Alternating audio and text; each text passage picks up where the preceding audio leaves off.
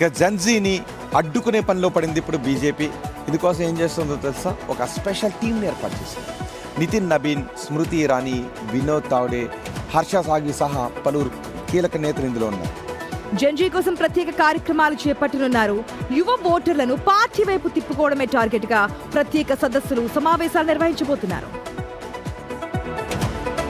Updates తెలుసుకుందాం. మా ప్రతినిధి శివ సిద్ధంగా. శివ, ఏదైతే జంతర్ మంతర్ దగ్గర జెన్జీ నిరసన తర్వాత బీజేపీ ఆ జెన్జీని తమ పార్టీ వైపు తిప్పుకోవడానికి ప్రయత్నాలు చేస్తున్నట్టు తెలుస్తుంది. ఒక ప్రత్యేక కమిటీ కూడా వేసి టీం ఏం చేయబోతోంది? రోహిత్, జెన్జీ ద్వారా పార్టీని బలోపేతం చేసుకోవాలి. రానున్న రోజుల్లో పార్టీని బలోపేతం చేయడం ద్వారా 2029లో మళ్ళీ మోడీ ప్రధాని కావాలి అనేది బీజేపీ భావిస్తుంది. దానిలో భాగంగానే ఒక స్పెషల్ టీంను ఏర్పాటు చేసింది.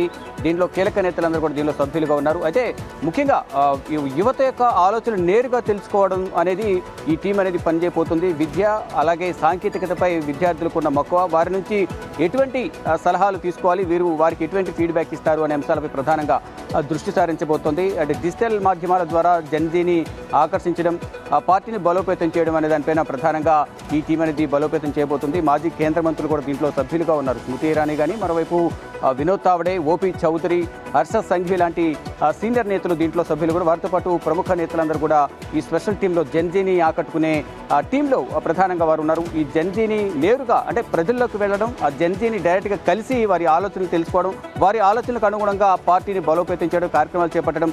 రానున్న రోజుల్లో బీజేపీలో యువతకు ప్రధానంగా అవకాశం ఇవ్వాలి అనేది కూడా బీజేపీ భావిస్తుంది. దానిలో భాగంగా ఇప్పుడు నితిన్ నబీన్ కూడా తన టీంలో మొత్తం జెన్జీకి కూడా అవకాశం కల్పించాలి, యువతకు అవకాశం కల్పించాలని చూస్తున్నారు. దాంతోపాటు త్వరలో జరగబోయే కేంద్ర మంత్రివర్గ విస్తరణలో కూడా యువతకు ప్రాధాన్యం కల్పించాలనేది కూడా ప్రధాని నరేంద్ర మోడీ భావిస్తున్నారు. దానిలో భాగంగానే ఈ జెన్జీని ఆకట్టుకునేందుకు ప్రత్యేక టీంను ఏర్పాటు చేశారు.